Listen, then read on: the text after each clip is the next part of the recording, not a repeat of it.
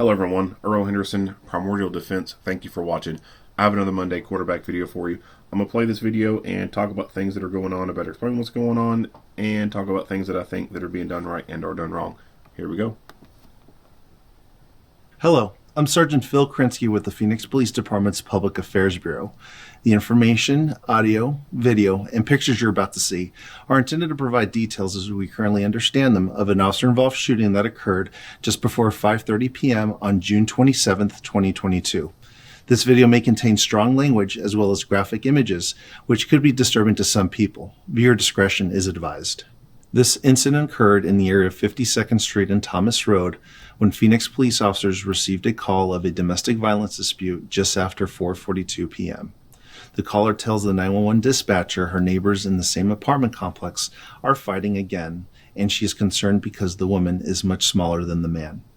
The caller also tells the dispatcher the man, later identified as Rakim Durham, is known to carry a gun and wears body armor. Here's an audio clip from the call. Phoenix 911, where is your emergency? East Thomas Road apartment. Emergency, she's getting beat up. Okay. And you said he's getting beat up? They won't, yeah, and he won't answer the door, so something needs to happen because this is like the third time they did it and he kicks her out. Like, she's really, really small. Like So you can hear, like, fighting inside? Yes, yes. Okay. And I work from home, so it's not good. It's in my calls. Okay. Do you know who lives in that apartment? Is the black, white, Hispanic, Native American? Black. How old approximately? They're in their late 20s, early 30s. How tall and how heavy is he? I don't know, he's about 5. He's about 5'9", 5'10". A good 200 pounds. She's about 5'6", 80 pounds. She's really, really, really, really skinny. 5'6", 80 pounds, you said? Mm-hmm. Okay. And do you know if they 97 carry... pounds, so she's smaller than me. Okay. Do you know if they carry any weapons in the house? Or I carry know any he wears a weapons? bulletproof vest and he has a gun, yes. Okay. He wears a bulletproof vest every day. Okay. And there's 2 kids in there, too. Okay. And the female, is she also African American? Yeah, she's really light skinned with red hair. She looks like my age. And she's also in her 20s and 30s? Yes, he won't answer the door, but someone really needs to check on her. Like, she's screaming for help. Like, it's sad. My niece is crying and stuff in the room. Like,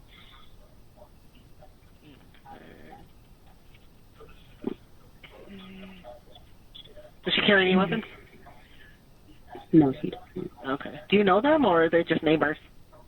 They're neighbors, and I hear her get beat up all the time. The last time the police came, he didn't open the door, but he came out when they left, and then he kicked her out, and she was crying. He was kicked out the other day, and she went to stay at someone's house. And now he's beating her up again today, and she's screaming help and help, and he just told us to get the fuck away from the door. So I'm calling the police. Okay. The caller tells the 911 operator the woman has told her not to check up on her because it makes the situation worse. As the officers are arriving in the area, the caller tells the operator the couple has quieted down. This information is relayed to the responding officers. Learning that no one saw a physical fight and things are now quiet, a sergeant cancels the call and tells the responding officers to go back on patrol. Here is an audio clip from the call and radio traffic of the responding officers. Hello, ma'am? Yeah, I'm here. So one of the girls that we all hang with, she is actually more closer with the girl. Mm-hmm. And the girl told her not to check on her or anything because it makes her it makes it worse with the guy. Okay. They're just down the street. They should be arriving shortly. Okay. Can you still hear her shouting and stuff like that? Or him shouting? No. They're quiet now? Yeah. Okay. And in reference to our Thomas traffic, the gate should be open, but the code is listed in the call. It looks like the 101 told another neighbor not to check on her because it makes the situation worse with the male half. The caller's saying it's quieted down now. 71 George, so she never saw anything physical? Correct, only heard. And this neighbor that was supposedly involved didn't admit to being in a physical fight? The one that's supposedly involved has previously told people not to call because she doesn't, it just makes things worse. So we have no direct anything about a fight? Yes, correct. Anonymous neighbor has called in a family fight that was believed to be physical, and when we go out there, they never answer the door because the 101 says that it'll make the situation worse. Around 5:12 p.m., a second 911 call is received from the same caller asking why the police have not arrived. The 911 operator asks the caller if she can direct the officers to where the fight was occurring. The caller says that she can. Here is an audio clip from the second call. Phoenix 911, where's your emergency? East Thomas Road. Okay, what is the emergency there? We've been waiting for an officer to come save this girl. She's been getting beat up by her dude. The last lady I spoke to said that they arrived there. I waited 10 minutes. I ain't seen no police officer walk up. She's screaming, help, help, help. He's beating her. She's little. She's skin and Is bone. she in number? Yes. Okay, will you speak to the police who can direct to where this is happening? Yes. I mean, the Obviously, Center they're Park not is just finding right there. it. Yeah, they've been here before. I don't know how, but yeah, I will. Okay. Body-worn cameras are used by all officers assigned to patrol and several specialty units. Per policy, they are worn at mid-torso level and capture the view of the line of sight from that perspective. It is important to note that the camera lens is fixed and does not capture everything seen or experienced by the officer. When activated, both audio and video turn on. The body-worn camera has a buffer of video without audio for 30 seconds prior to activation. This feature is designed to capture incidents that happen suddenly when the officer doesn't immediately activate the camera. The Phoenix Police Department does not currently use in-car camera systems. An officer and a sergeant arrive to enter the courtyard of the apartment complex. They see Durham outside on the second floor landing and a group of people, including young children, on the ground floor directly underneath Durham. One of the people in the group tells the sergeant and the officer that Durham has been pointing a gun at people. The officers see a gun in Durham's hand and order him a number of times to drop the gun. This is when the officer-involved shooting occurs. During the shooting, Durham is seen going into an apartment. Here's a portion of the body-worn camera video from the first officer on scene.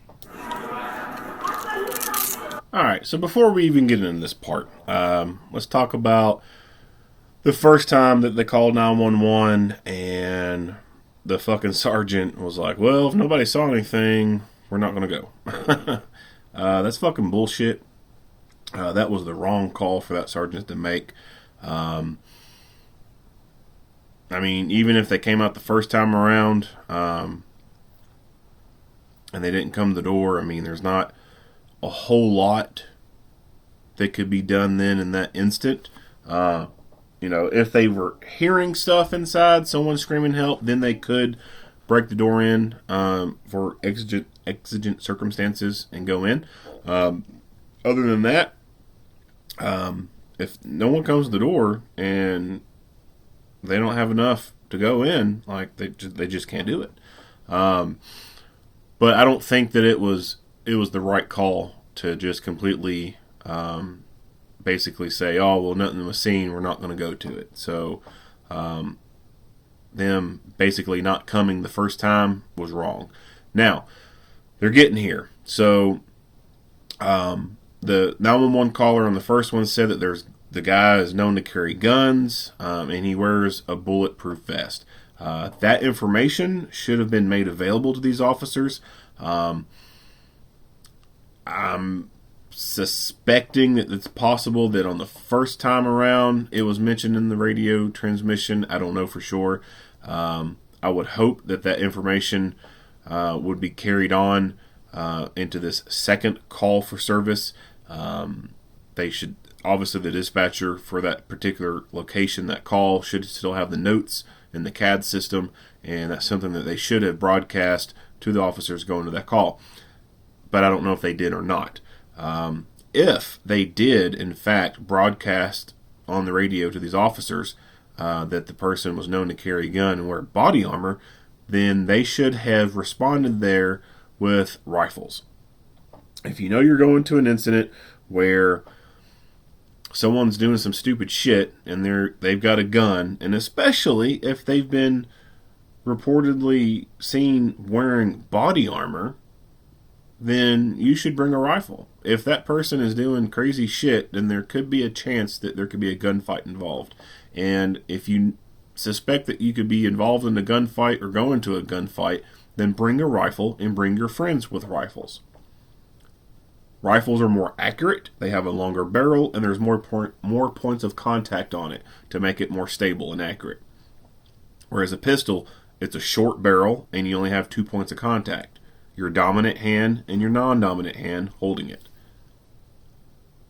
The terminal ballistics are way better than pistol. They will incapacitate a threat a lot faster than a pistol can.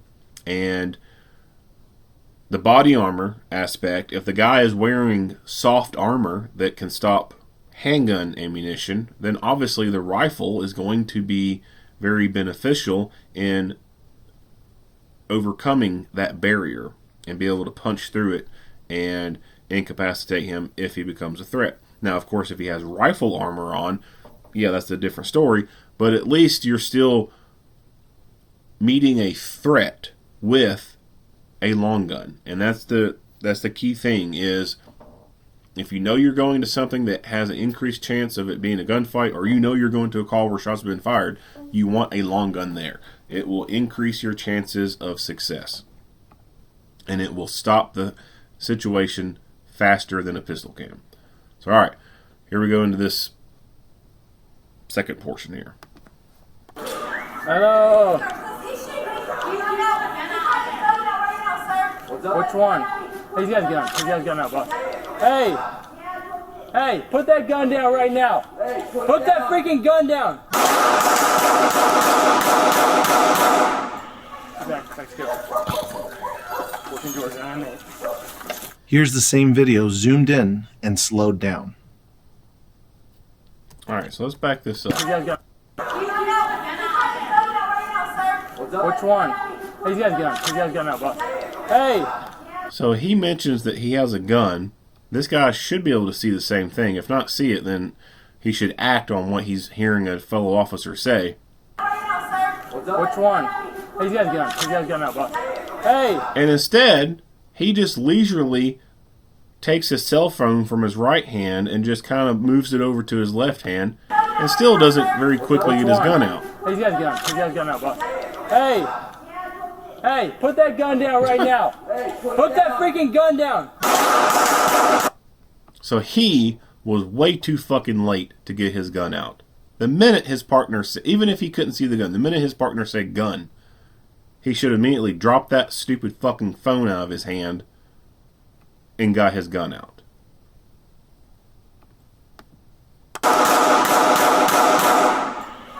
Thanks, good. Working Georgia, I know. So, cell phones are like a fucking cancer, man. They really are. People have just, and I sometimes fall victim to this too. And I've made a conscious effort to avoid getting out with my fucking phone in my hand. But phones are such a everyday part of our life that those everyday things that you do, even when, not working and stuff, that carries over to when you are working, because it is muscle memory. And if you're so used to always having that fucking phone in your hand, then while you're working in this kind of profession, then chances are you're probably going to be getting out with your fucking phone in your hand. If you're getting out of your car, you should not, working or not working, you should not have your phone in your hand. When you think from a self-defense standpoint, for regular Joe Blow, in and around your vehicle is probably one of the most dangerous times for you, especially getting in and out, because for one, the vehicle is not running, so you cannot easily get off the X. If you're getting into the car, you're in a vulnerable position. You're kind of in this box that can't move, and someone could rush the door and get to you, and you'd be kind of stuck. Getting out, still you're in a vulnerable position because although you are starting to get out of the car, someone can still bum rush you in that instant. Approaching the vehicle or leaving the vehicle, those are points of being vulnerable because those are points where a person's mindset might not be fully alert, especially approaching the vehicle. People got, groceries in their hand, they got boxes in their hand, they may have their keys in their hand, and they may be focused on their car, not, paying attention to surroundings or whatever. Those are issues for just everyday life. Like, think of how many people have been mugged in a parking lot. How many people have been mugged on the side of the road in a parking spot going to their car? We spend so much time in and around our vehicles that, of course, as a person is going to their car or even getting out of their car, those are times where they could be likely attacked. If you're in your vehicle and it's in gear, it's harder to be attacked because you can just hit the accelerator and drive off. Other criminals obviously recognize this. That's why they wait for people to get out of the car or hit them before they get into the car. So, from a personal defense standpoint, you should never have your phone in your hand when you're approaching your car, even after you get out of your damn car. Because that takes away your situational awareness.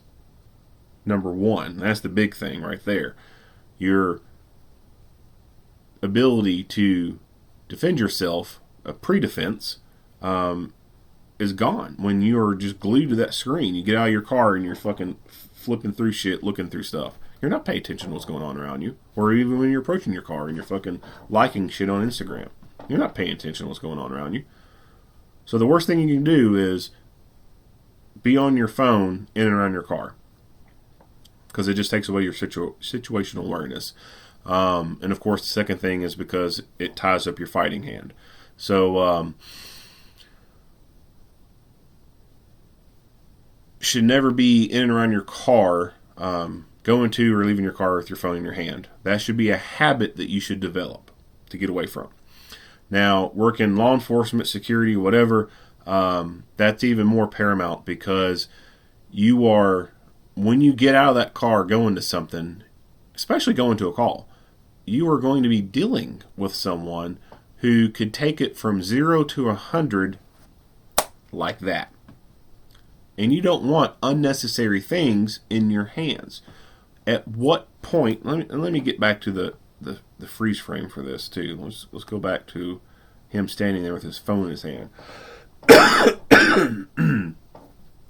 What the fuck the point is having the phone in his hand for this? What is this phone going to do on this call? He's not using it to talk to dispatch. He has a two-way radio in his belt to do that. Does he need to take photos? Not right now. There's no reason for a phone to be in his hand. The only reason the phone is in his hand is because the phones have become just, like I said, they become like fucking cancer, and it's a part of your everyday life, and he has built up that muscle memory. Always walking around with a fucking phone in his hand. When he's not on calls, when he's not doing stuff, he's probably playing on his fucking phone. When he's not working, playing on his phone. So, what he does day in, day out also translates to what he's doing while he's working. This phone serves no purpose whatsoever, but yet he still has it in his hand. So, you should make a conscious effort to avoid having that phone in your hand when you get out on a call. It serves no fucking purpose. Now, it can later on. You need to take photographs of something. You need to do a quick search on something that you can do from your phone, call someone, etc. But right from the get-go, there's no need to have a phone in your hand. So if you can, while you're going to this call, slide that phone into a pocket. That way, when you get there and stop, you don't have to fuck around with the phone and try and put it in your pocket. You can just stop, park, get out, and go. Or just leave it in the car completely. Just leave it be. One of the two. You don't need to get in this habit of grabbing your phone and then getting out of the car. Because now you're getting out of the car with an unnecessary object in your hand. It's not going to do dick for you in the beginning of anything. It's not going to help for shit.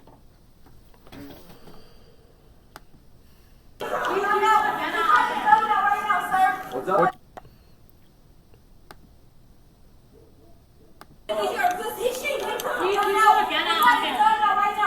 What's up? Here's the same video zoomed in and slowed down.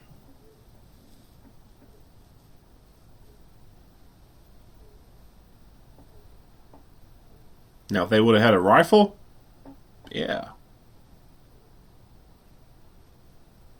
Would have been a whole lot better to make those shots with the rifle. Here's a portion of the body-worn camera video from the sergeant on scene. A sergeant. Go figure.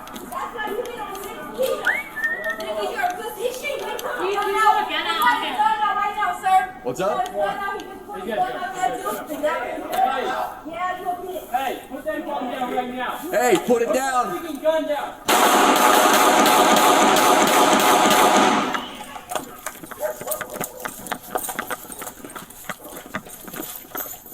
After the shooting, the officers move up to the second level of the apartment building and began giving Durham commands to show his hands. 7 Hey, get over there, see if you can angle. Hey, put your fucking hands up! Put your freaking hands up! Durham shows his hands but remains in the apartment's doorway.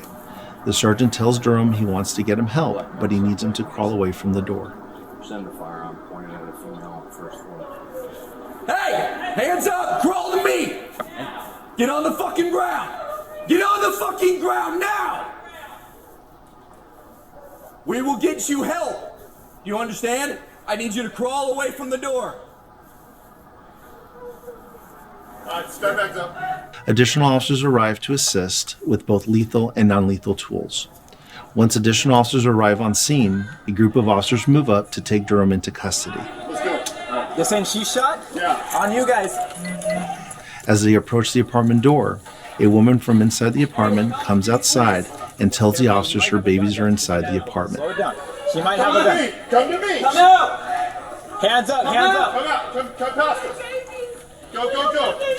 The officers were able to move up to the apartment door and see that Durham has become unresponsive. Phoenix police! Are they still inside? Are they shot?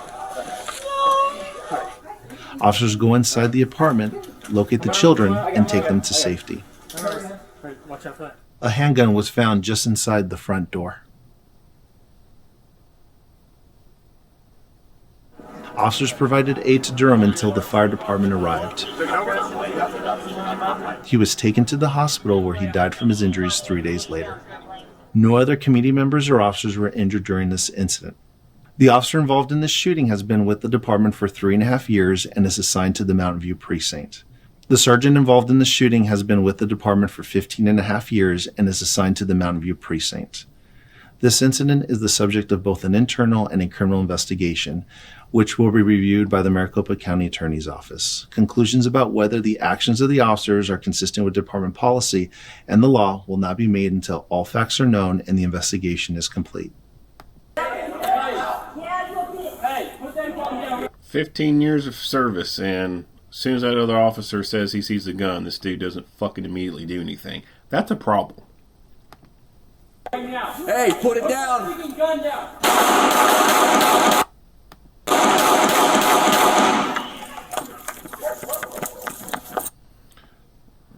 Back it up to the first one. Hello. Which one? Hey, you guys get on. You guys get on, boss. Hey. Hey, put that gun down right now. Put that freaking... And another thing, too. So this guy notices the gun, and he does draw, but he doesn't immediately point the gun at the guy. That, too, is a problem. Like, you see the gun, like, it should be automatic. Your gun's pointing towards them. gun down. So they shoot, and they both go for the stairs. So they shoot, this guy kind of ducks back into that door frame area, and then boom, they both beat feet, go to the stairs. Then, once they get to the top landing, it's now a guess on where this guy could have gone after that. So I think what the best thing to have done is, one, after they fired, one of them maintained their position to keep an eye on where he was or where he's at. There is some cover right in here. This officer here could have very easily stepped forward and got in behind this this barrier right here. It looks to be solid enough to stop rounds. He could have got in behind that, maintained visual on that doorway while this guy beat feet up the stairs and got into that position. And then once he got to that corner and was able to hold it, this officer could have followed, went up the stairs, and then got up there with him. Or he could have kept this position here and maintained it. That way there would be two different fields of fire, and if this dude wanted to continue the fight, well, he's going to have to make a decision on where he wants to shoot at. Does he want to shoot at this officer at the top of the stairs, or does he want to shoot at this officer over here? They're going to be so far apart that he can only shoot at one of them at a time. And let's say he wants to shoot at the officer at the top of the stairs. Well, while he's focused on shooting at the officer at the top of the stairs, well, this officer down here has one full line of sight and can easily dump rounds on the guy and stop the threat. So I don't think that both of them moving at the same time was a good option. I think what I just talked about would have been the better option to do. Do some bounding, right? One person maintain cover while the other moves. They get into a position where they need to be, and then the other person can move if they need to.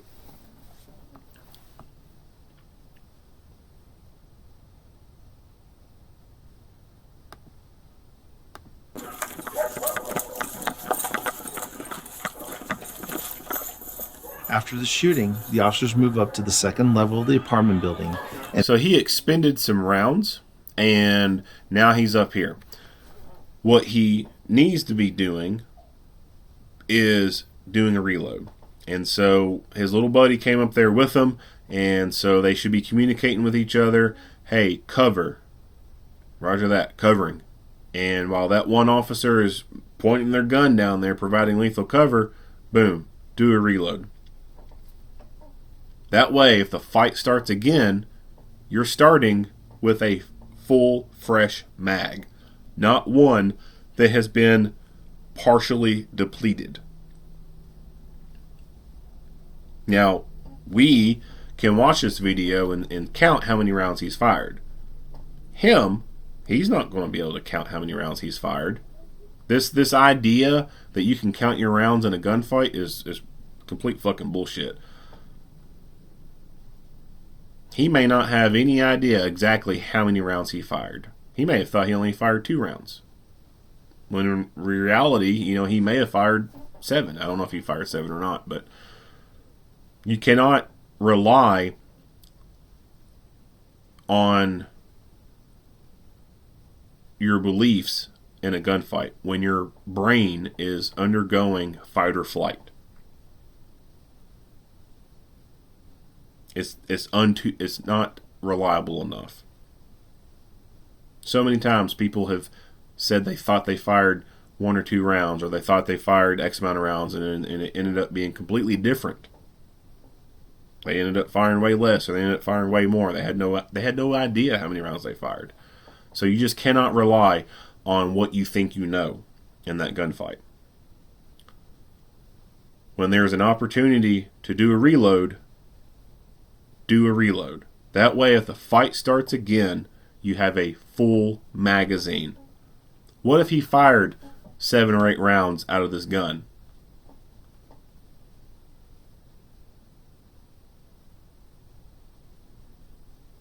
He might, depending on the caliber, he might have, 10 rounds in it. He may have less than that in there. He may have only maybe 8 rounds in there, or 7 rounds left in the gun.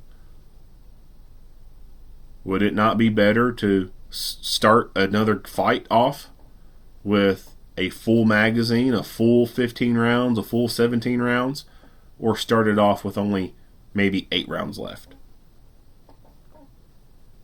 I want the magazine that has more rounds in it. So you find the opportunity to do a magazine change, do it.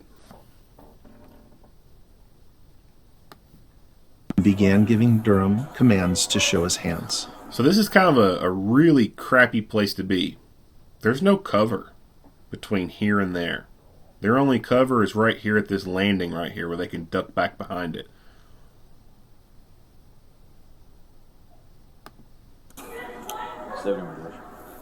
Hey, get over there, see if you can get an angle.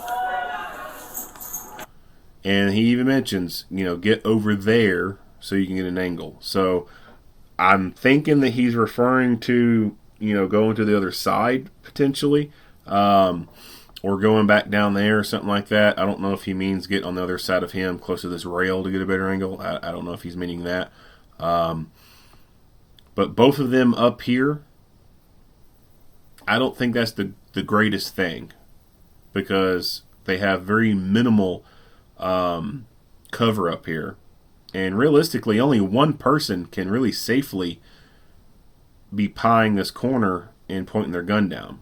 Now, the other guy could do the old 1990s thing and kneel down and be behind them, one be high, one be low. I don't think that's the greatest option. It is an option, but it's not the greatest one. What I said earlier about that one staying down there, I think that would have been the best option right there. But this up here is a shitty place to be. Hey, put your fucking hands up! Hands up! And so now he's completely out in the open. No cover whatsoever. So this guy wanted to continue to fight and be around this door frame right here. He could be in a better position to continue the fight if he wanted to. Durham shows his hands but remains in the apartment's doorway. Alright, so I'm looking at the time frame up here, 1724. The sergeant tells Durham he wants to get him help, but he needs him to crawl away from the door. Center firearm pointed at a female on the first floor. Hey! Hands up! Crawl to me! Get on the fucking ground! Get on the fucking ground now! We will get you help! You understand? I need you to crawl away from the door. Start back up. Alright, so it doesn't take long for other people to get there. So 1725. Other people get there, boom, there's a rifle in play. So that's good. Whoever got this rifle out was thinking of the right mindset. Bring a rifle to a gunfight. Additional officers arrive to assist with both lethal and non-lethal tools. Once additional officers arrive on scene, a group of officers move up to take Durham into custody. Let's go. This ain't she shot? Yeah. Now, I don't know if anyone else was getting any other group of positions officers or move anything up. like that. It would have been best, I think, for someone to take some other position to have a better view, a more of an overwatch position as they make this approach. To take Durham into custody. Let's go. This ain't she shot? Yeah. Actually, A group of officers move up to take Durham into custody. I can't tell if that's an officer right over there or not behind that pillar. That could be someone over there providing some kind of overwatch. If it is, great. If not, then I don't know what that is. This ain't she shot? Yeah. On you guys. As they approach the apartment door, a woman from inside the apartment comes outside and tells the officers her babies are inside the apartment. Slow it down. She might have a gun. Come to me. Come out! Hands up, hands up. Come out. Come past us. Go, go, go. The officers are able to move up to the apartment door and see that Durham has become unresponsive. Phoenix Police! Are they so? So making a decision at this point. Move in, do something. Inside? Are they shot? Standing in the doorway is the greatest option at all. There's a reason why they call standing in the doorway the fatal funnel. It's not a good place to be hanging out at.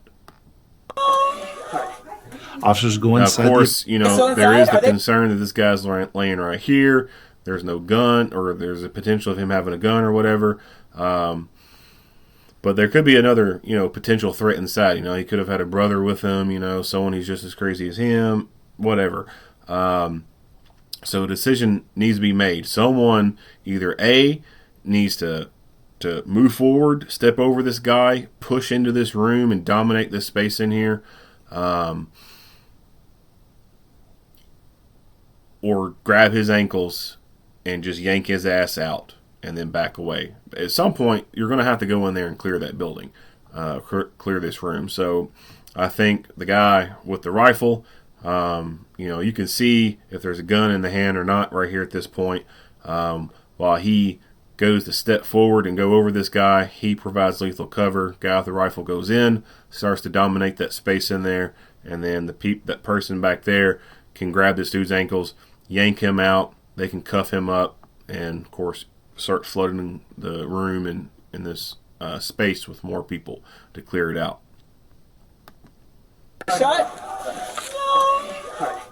Officers go inside the apartment, locate the children, and take them to safety. Watch out for that. A handgun was found just inside the front door. Officers provided aid to Durham until the fire department arrived. He was taken to the hospital where he died from his injuries 3 days later. No other committee members provided aid to I guess he was caught slipping that day, not wearing his body armor. It